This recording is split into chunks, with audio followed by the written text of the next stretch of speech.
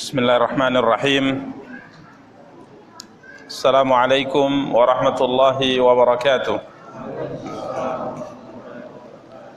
Innal hamdalillah nahmaduhu wa nasta'inuhu wa nastaghfiruh wa na'udzu billahi min shururi anfusina wa min sayyiati a'malina. May yahdihillahu fala mudilla lahu wa man yudlil fala hadiya lahu. Asyhadu an la ilaha illallah wahdahu la syarika lah wa asyhadu anna Muhammadan abduhu wa rasuluh. Qala Allah Ta'ala fi kitabihil karim, ya ayyuhalladzina amanu taqullaha haqqa tuqatih wa la tamutunna illa wa antum muslimun. Ya ayyuhan nasu taqu rabbakumul ladzi khalaqakum min nafsin wahidah وخلق منها زوجها وبث منهما رجالا كثيرا ونساء واتقوا الله الذي تساءلون به والأرحام إن الله كان عليكم رقيبا يا أيها الذين آمنوا اتقوا الله وقولوا قولا سديدا يصلح لكم أعمالكم ويغفر لكم ذنوبكم ومن يطع الله ورسوله فقد فاز فوزا عظيما. Amma ba'du fa inna asdaqal hadithi kitabullah wa khairal hadyi hadyu Muhammadin sallallahu alaihi wasallam wa syarral umuri muhdatsatuha fa inna kulla muhdatsatin bid'ah wa kulla bid'atin dhalalah wa kulla dhalalatin finnar.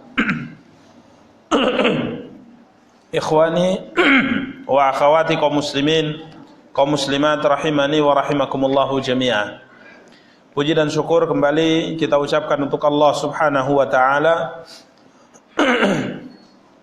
Salawat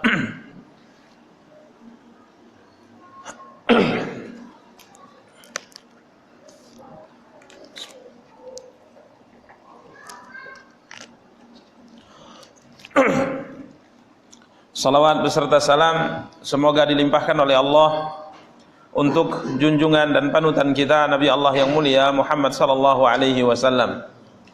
Ikhwani wa akhawati kaum muslimin, kaum muslimat rahimani wa rahimakumullahu jami'a. Pada kesempatan yang berbahagia kali ini insyaallah taala kita akan kembali melanjutkan kajian kita, mencoba untuk membaca dan menjelaskan kitab Salasatul Usul yang pada pertemuan yang lalu atau pertemuan yang terakhir kita telah menyelesaikan pembahasan rukun iman yang terakhir. Rukun iman yang terakhir yaitu al-iman bil qadari khairihi wa syarrih. Kita telah menyelesaikan pembahasan terakhir rukun iman, yakni beriman dengan qadar. Beriman dengan ketentuan Allah yang baik maupun yang buruk. Dan telah kita jelaskan juga pada akhir pertemuan tatkala kita membahas pembahasan rukun iman yang terakhir ini, adanya dua kelompok yang keluar dari keyakinan ahlu sunnah dalam bab takdir. Yang pertama adalah Jabariyah dan yang kedua adalah Al-Qadariyah. Siapakah orang-orang yang disebut dengan Jabariyah? Yakni orang-orang yang berkeyakinan bahwa seorang hamba itu mujbarun ala amalih. Seorang hamba dipaksa atas perbuatan yang ia lakukan. Siapa yang memaksanya? Allah. Ini keyakinan mereka. Mujbar ala amalih, dipaksa atas amal perbuatan yang dia lakukan.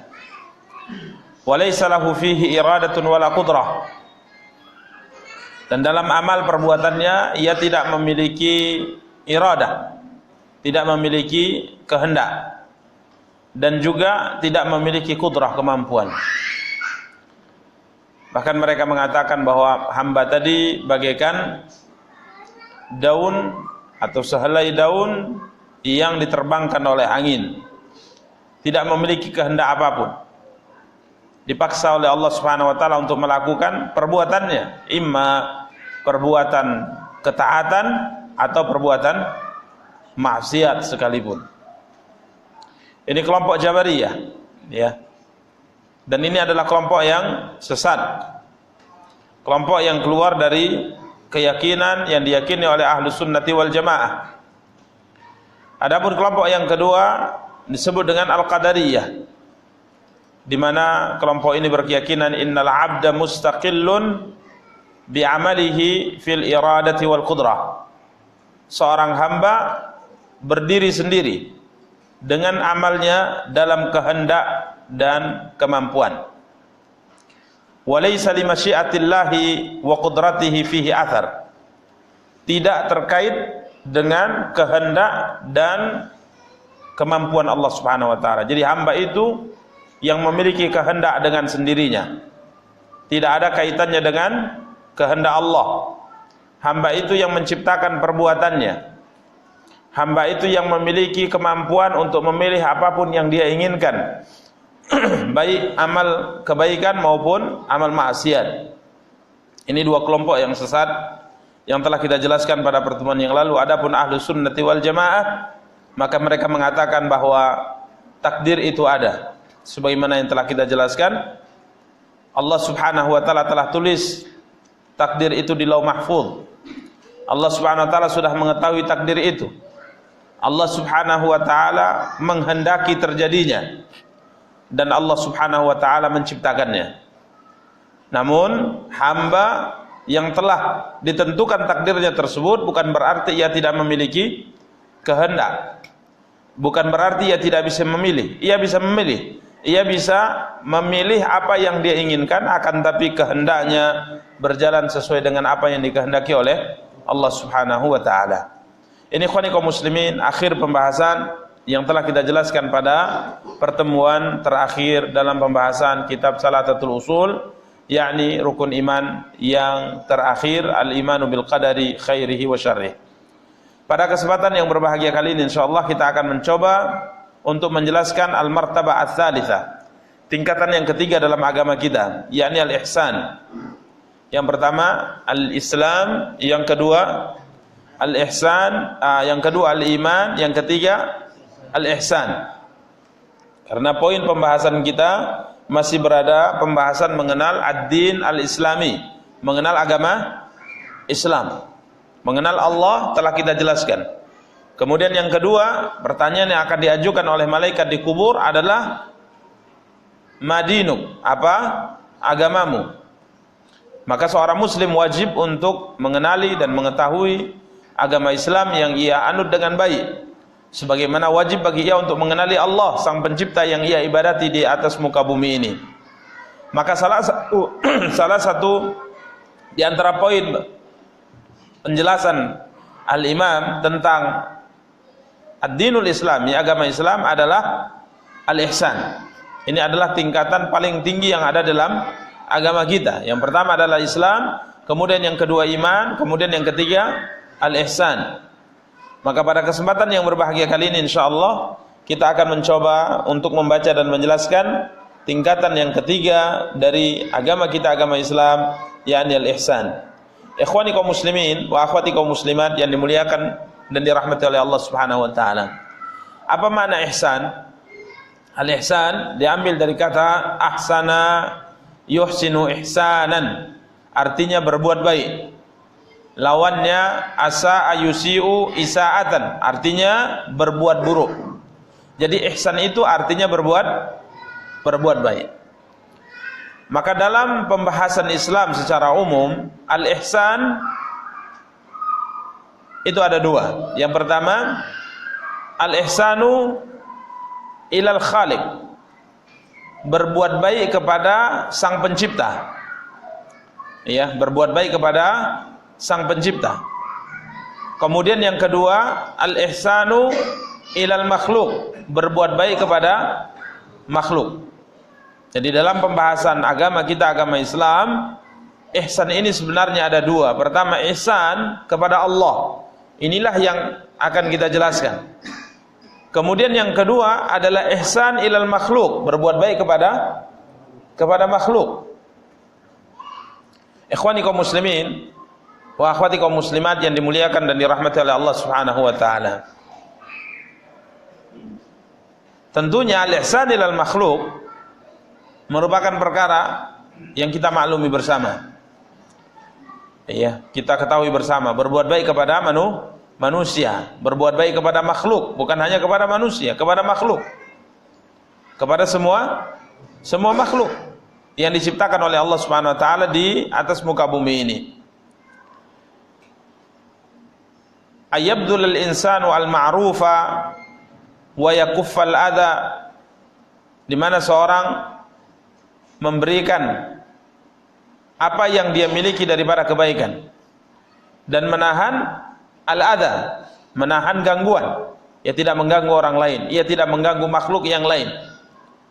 Fayabdul al-ma'ruf li ibadillah, maka dia memberikan kebaikan yang ia miliki kepada hamba-hamba Allah, baik dalam hartanya atau jabatannya atau ilmunya atau badannya. Ini ihsan ilal makhluk. Maka para ulama rahimahumullahu ta'ala tatkala membahas ihsan ini, mereka sebelum menjelaskan tentang ihsan yang diinginkan oleh pembahasan, yaitu ihsan kepada Allah, mereka biasanya mendahulukan pembahasan al-ihsan ilal makhluk, berbuat baik kepada makhluk. Maka beliau mengatakan rahimahullahu ta'ala, ihsan kepada makhluk itu adalah memberikan apa yang kita miliki daripada kebaikan dan menahan gangguan dari manusia. Jadi kita tidak mengganggu makhluk, kita tidak melakukan kerusakan. Itu ihsan.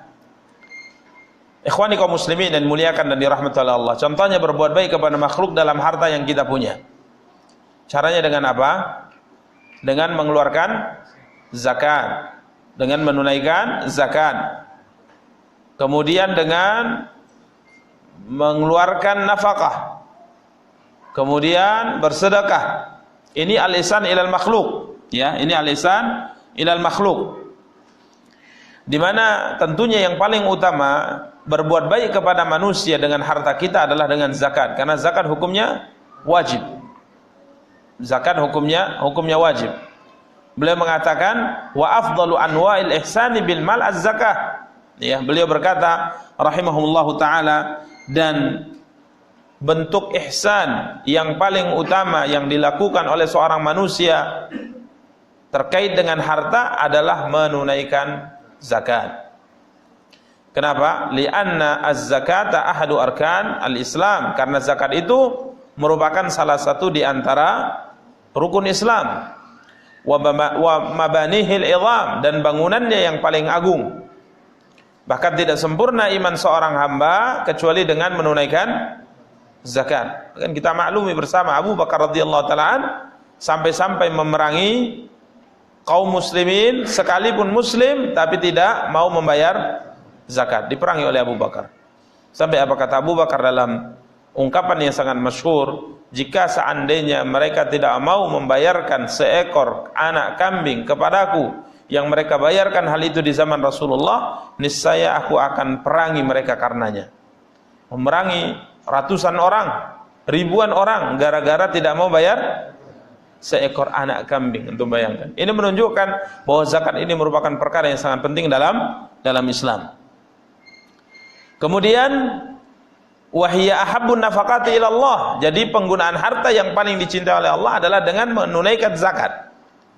Kemudian yang kedua setelah zakat, pada tingkatan yang kedua adalah nafkah kepada zaujatihi, kepada istrinya, ya, kepada ibunya, kepada bapaknya, kepada keturunan anak-anaknya, wa ikhwanihi, kepada saudara-saudaranya, wa bani ikhwatihi, dan kepada anak-anak daripada saudara-saudaranya, wa amamihi, kepada paman-paman dan kepada bibi-bibinya, baik dari jalur bapak maupun dari jalur ibu. Ini yang kedua yang paling utama setelah zakat.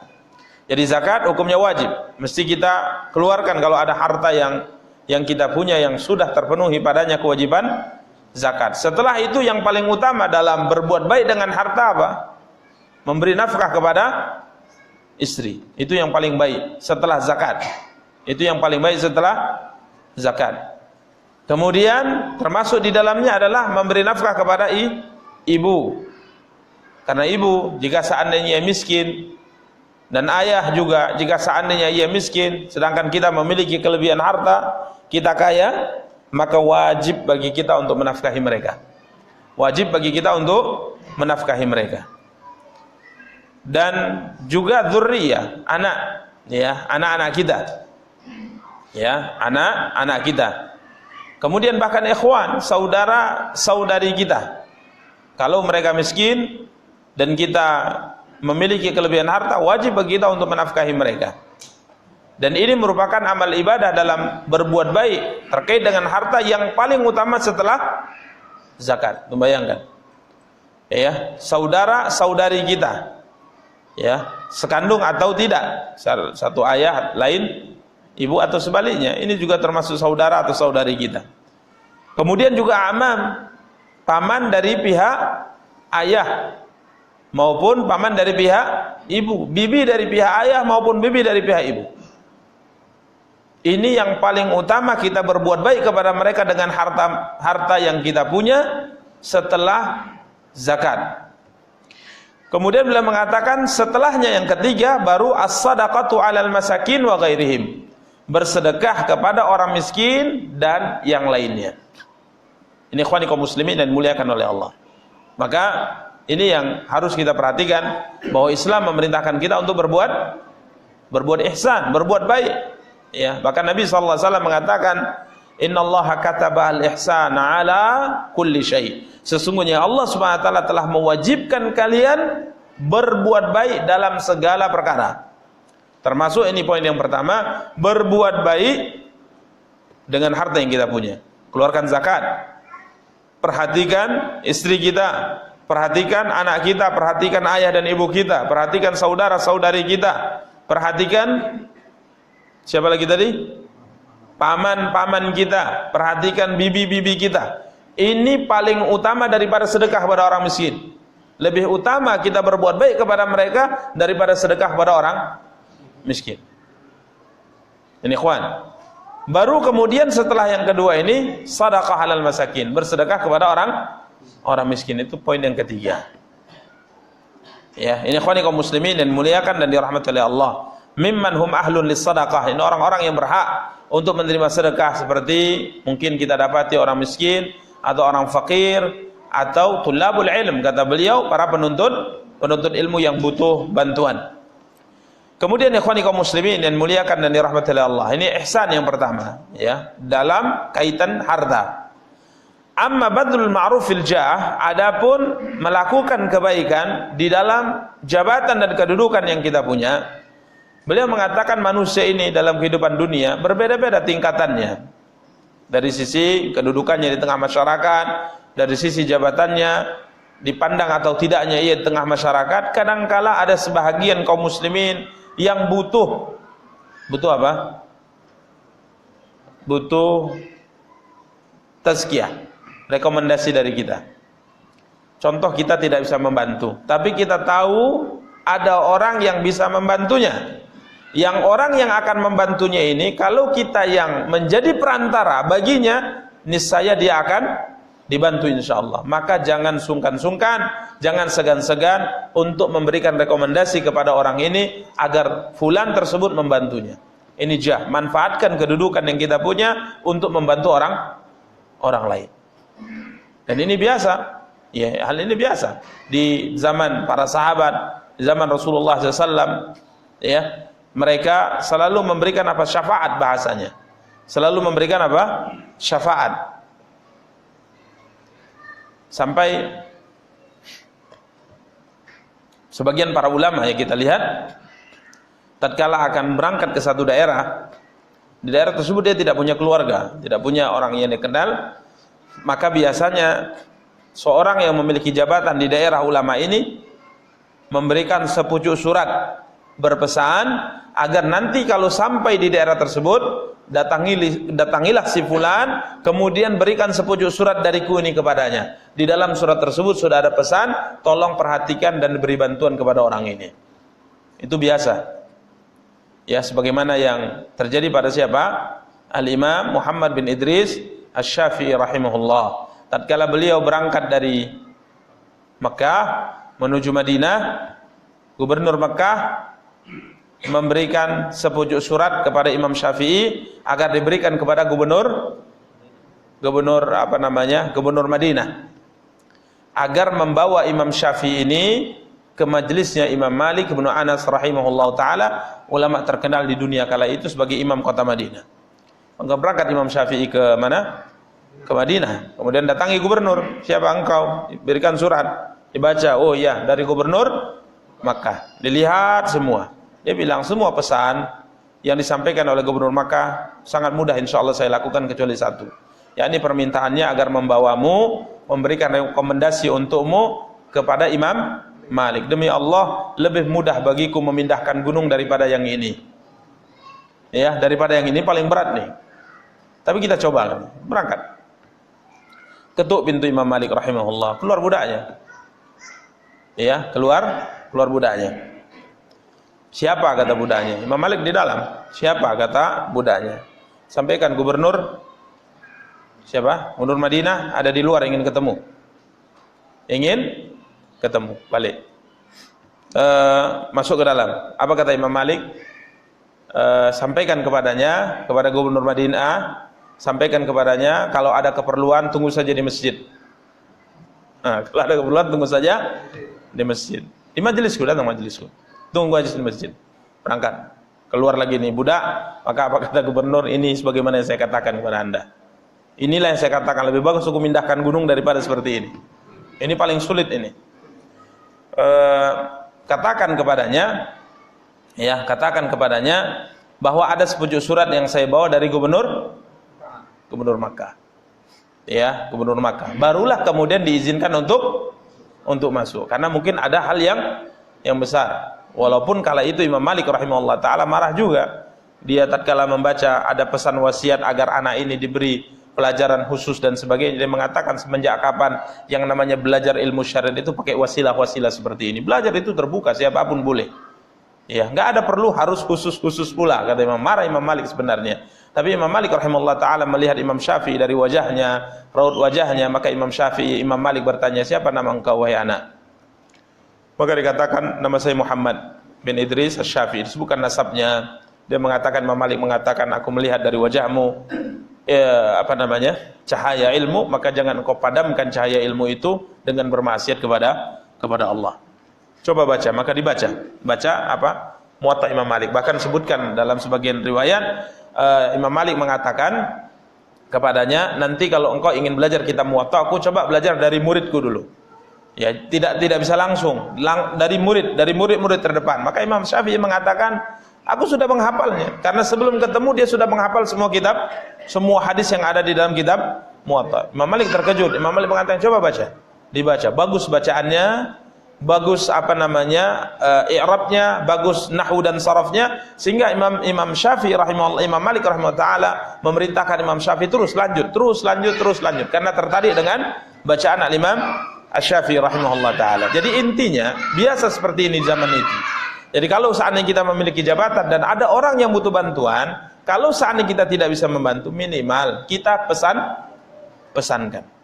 Ya, tolong bantu dia, tolong perhatikan dia. Ini hal yang baik kalau seandainya untuk kebaikan. Tapi kalau untuk keburukan, ini tidak boleh. Untuk keburukan ini dilarang. Ya. Tolong bantu dia, apapun yang diinginkan kasih. Ya, sekalipun bertentangan dengan syariat, ini bermasalah ini.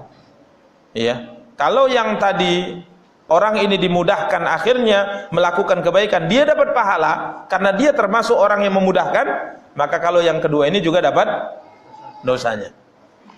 Maka Nabi SAW katakan, "Isfa'u tu'jaru." Beri syafaat, beri rekomendasi. Kalau seandainya itu untuk kebaikan, maka kalian akan dapat pahala. Tapi sebaliknya, kalau rekomendasi itu adalah untuk keburukan, maka kita dapat dosa. Ini ikhwani kaum muslimin wa akhwati kaum muslimat yang dimuliakan dan dirahmati oleh Allah Subhanahu wa taala. Kemudian ini yang kedua, yakni berbuat baik dengan kedudukan yang kita punya. Kemudian yang ketiga, berbuat baik kepada makhluk dengan ilmu yang kita punya. Bagaimana bentuknya?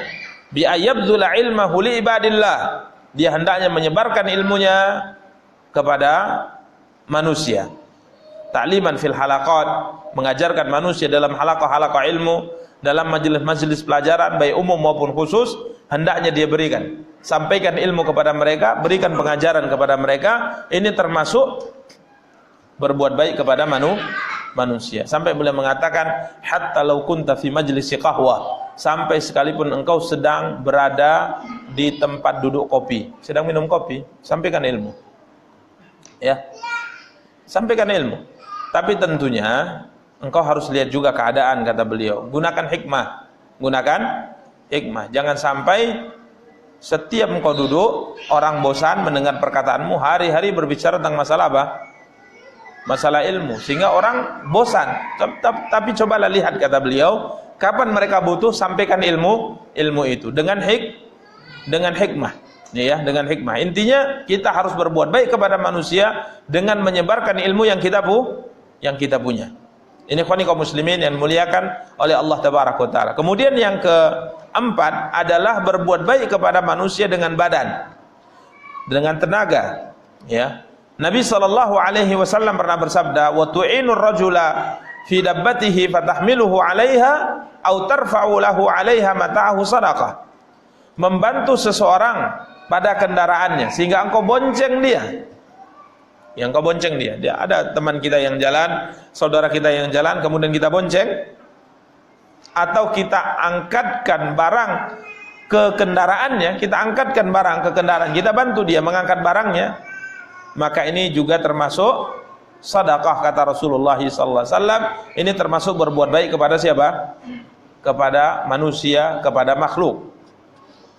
Bahkan ikhwani kaum muslimin wa akhwati kaum muslimat yang dimuliakan oleh Allah, Islam memerintahkan kita berbuat baik bukan hanya kepada manusia.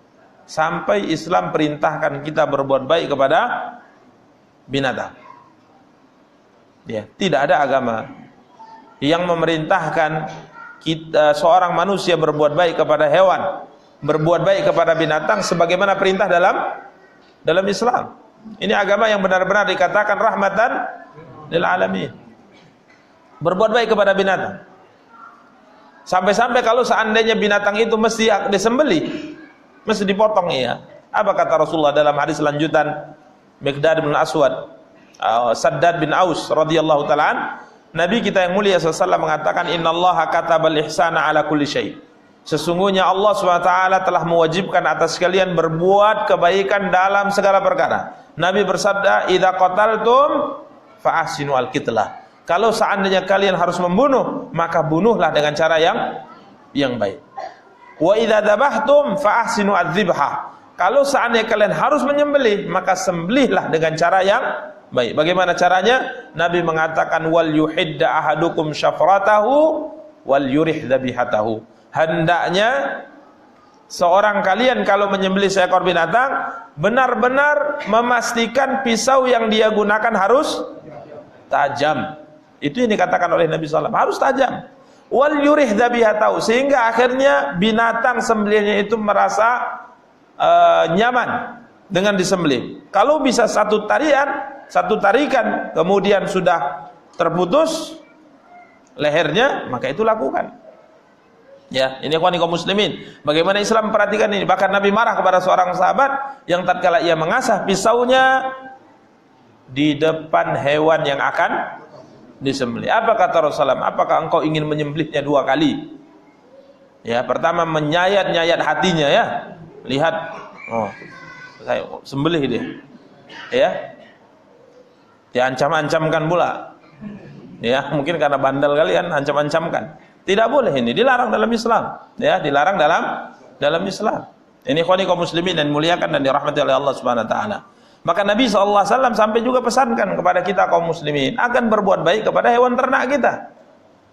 Dulu unta selalu digunakan untuk angkut barang. Kalau sekarang truk gimana? Bolehkah kita, haruskah kita berbuat baik juga? Ya, Nabi SAW kala itu dapat seekor unta yang mengadu kepada beliau. Ya, karena terlalu berat beban yang diletakkan di atas punuknya, di atas punggungnya. Dia mengadu kepada Rasulullah sambil menangis. Dia kemudian mengatakan, "Ya Rasulullah, ya Muhammad," dengan bahasa unta. Ya, bukan dengan bahasa manusia. Dengan bahasa unta, ya. Dia mengadu kepada Rasulullah SAW, kemudian Nabi mengatakan, sungguhnya dia baru mengadu tentang beratnya tugas yang kalian berikan kepadanya. Bertakwa kalian kepada binatang-binatang ini. Ya, kalau truk gimana?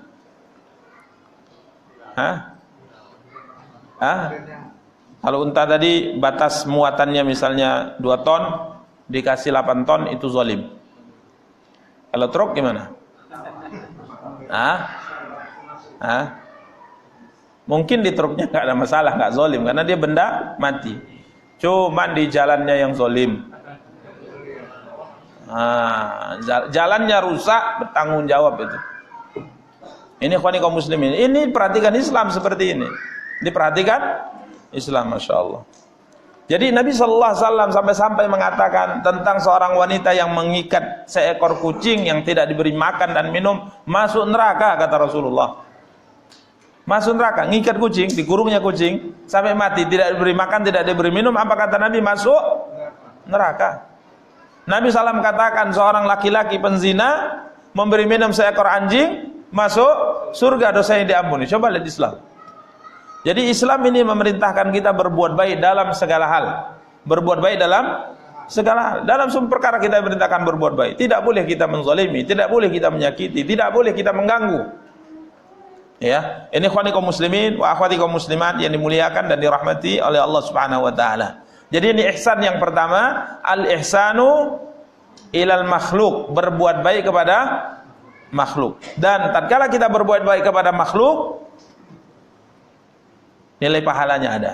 Nilai pahalanya ada. Bukan berarti kalau kita berbuat baik itu nggak ada pahalanya. Ada pahalanya. Bahkan coba lihat Nabi mengatakan apa? Mengangkatkan barangnya ke kendaraan itu ternilai sedekah. Pahala sedekah sama seperti bersedekah, itu pahalanya. Memboncengnya juga ternilai apa? Sedekah, jadi berpahala.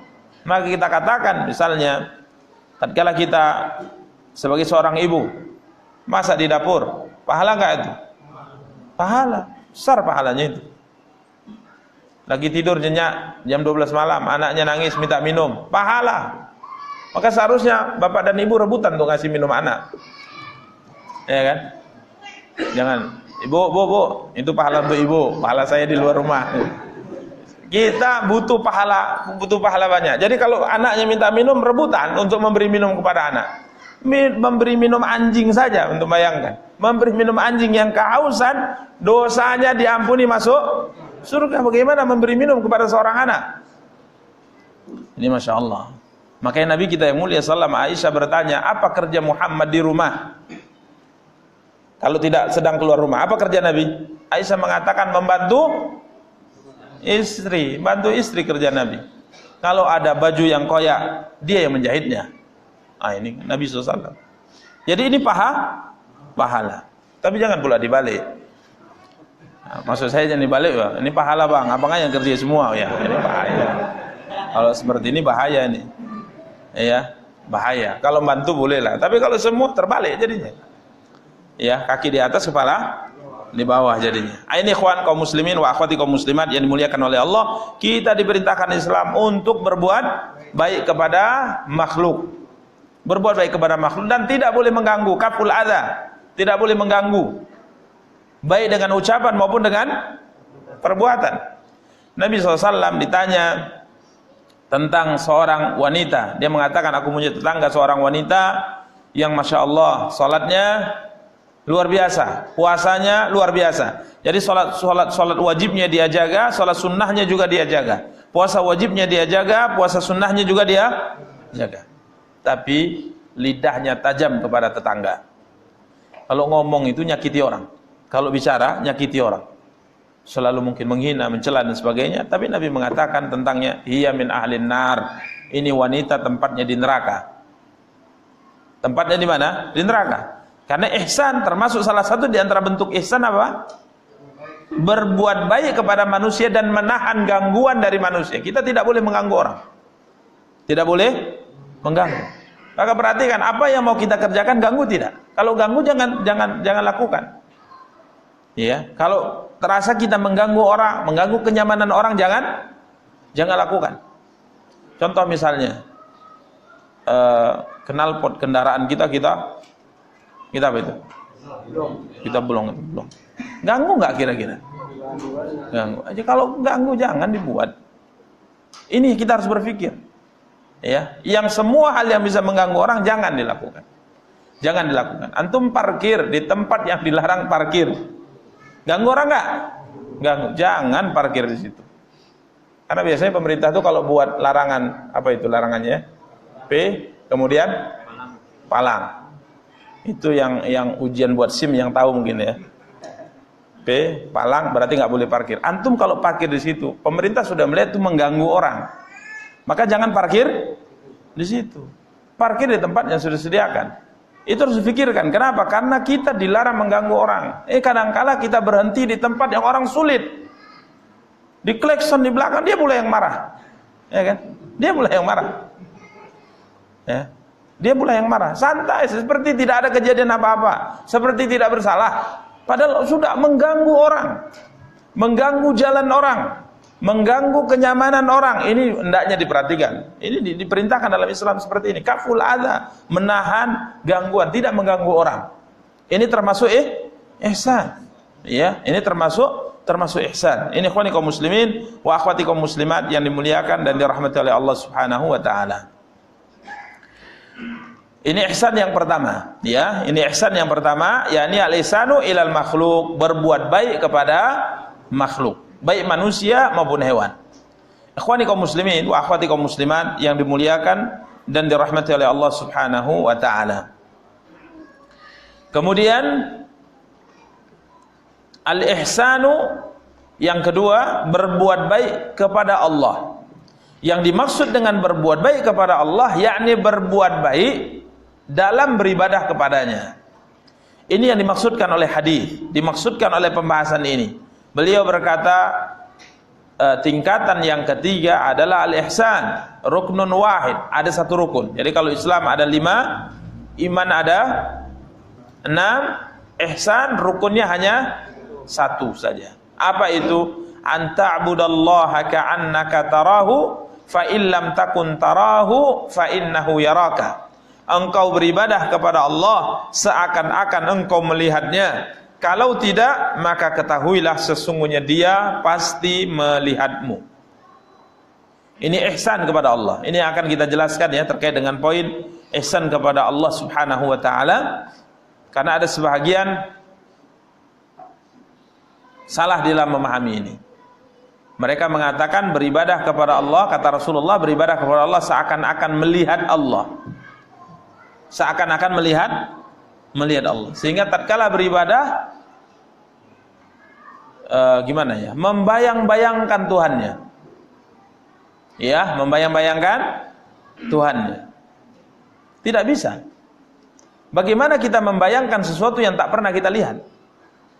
Bisa. Coba bayangkan sesuatu yang tak pernah antum lihat. Mana Ustaz nih? Mana bisa? Antum kalau disampaikan sesuatu pasti yang terbayang bagi antum adalah sesuatu yang pernah antum lihat. Kalau nggak pernah antum lihat, antum nggak akan pernah bisa bayangkan kecuali menyerupakan sesuatu yang diceritakan tadi dengan sesuatu yang pernah antum lihat. Itu sudah tabiat manusia. Makanya pernah saya sampaikan, ada seorang buta. Sekejap pernah melihat dunia ini, tapi yang terlihat hanya seekor ayam jantan. Dia buta. Sekali lihat, kemudian buta lagi, yang dia lihat cuma satu di dunia ini. Apa itu? Ayam jantan. Tatkala orang bercerita, matahari luar biasa panasnya ini, yang terbayang jengger ayam. Karena itu satu-satunya yang ada di mana? Di memori dia. Makanya kalau antum mau membayangkan Allah SWT nggak bisa. Kenapa? Antum tidak pernah melihatnya. Pasti yang antum bayangkan yang pernah antum lihat, antum akan serupakan. Makanya orang-orang yang berusaha dengan memahami hadis ini dengan pemahaman yang salah, beribadah kepada Allah seakan-akan melihat Allah, pasti dia akan menyerupakan Allah dengan makhluknya secara tidak langsung. Karena tidak mungkin seorang itu membayangkan sesuatu yang tidak pernah dia lihat, kecuali pasti dia akan bayangkan dengan sesuatu yang pernah dia lihat. Maka orang buta ini kalau dibilang matahari, dia mengatakan, matahari itu gimana ya? Kayak jengger ayam ya? Bulan itu kayak mana ya? Kayak mata ayam jantan itu ya? Karena memang cuma ayam itu yang ada di memorinya. Makanya ikhwani kaum muslimin dan muliakan oleh Allah, tidak benar makna hadis ini beribadah kepada Allah seakan-akan engkau melihat zat Allah, karena zat Allah tidak pernah kita lihat. Bagaimana kita membayangkan sesuatu yang tidak pernah kita lihat? Jadi hadis ini memiliki makna yang tidak seperti itu. Anta'budallaha ka'annaka tarah, engkau beribadah kepada Allah seakan-akan engkau melihatnya, yakni melihat sifat yang dimiliki oleh Allah. Karena sifat yang dimiliki oleh Allah telah diajarkan oleh Nabi di dalam Al-Quran dan hadis kepada kita. Sehingga tatkala kita melihat apa yang ada di depan mata kita, kita bisa melihat bagaimana pengaruh sifat Allah dalam apa yang kita lihat. Contoh misalnya, ikhwani kaum muslimin dan muliakan oleh Allah, kita lihat orang kaya dan kita lihat orang miskin. Orang yang sampai pada tingkat ihsan, maka dia bisa memandang sesuai dengan sifat yang dimiliki oleh Allah dan nama yang dimiliki oleh Allah. Ar-Razzaq, Allah Maha pemberi rezeki. Ya, Allah Maha memberi rezeki. Kemudian tatkala dia diberikan oleh Allah Subhanahu wa taala kemudahan harta, maka dia teringat dengan sifat ini, kemudian dia bisa bersyukur. Ini tingkatan paling tinggi, ini ihsan. Ya. Ihsan. Ya. Kemudian tatkala dia melakukan apapun seakan-akan dia melihat Allah, maksudnya sifat Allah, karena salah satu di antara sifat yang dimiliki oleh Allah adalah ilmu. Salah satu di antara namanya adalah Al-Alim. Maka dengan pemahaman alim dan sifat ilmu yang dimiliki oleh Allah, tidak berani dia bermaksiat. Ini ihsan. Makanya ihsan ini tingkatan yang paling tinggi. Ini pun saya ceritakan cuman karena baca Bapak Ibu. Saya sendiri belum sampai tingkatan ini. Payah ini tingkatan ini. Ini tingkatan yang paling tinggi. Kalau kita mungkin tingkatannya di mana ya? Kan ada 3 nih. Islam, Muslim, iman, mukmin, ihsan, muhsin. Di mana tingkatan kita? Muslim, baru Muslim mungkin ya? Baru Muslim. Jadi kalau muhsin ini luar biasa. Ya, sehingga kalau ingin melakukan maksiat enggak berani dia. Karena apa? Seakan-akan dia melihat Allah. Dia tahu sifat Allah itu Maha mengetahui segalanya. Jadi kalau maksiat seakan melihat sifat Allah di situ.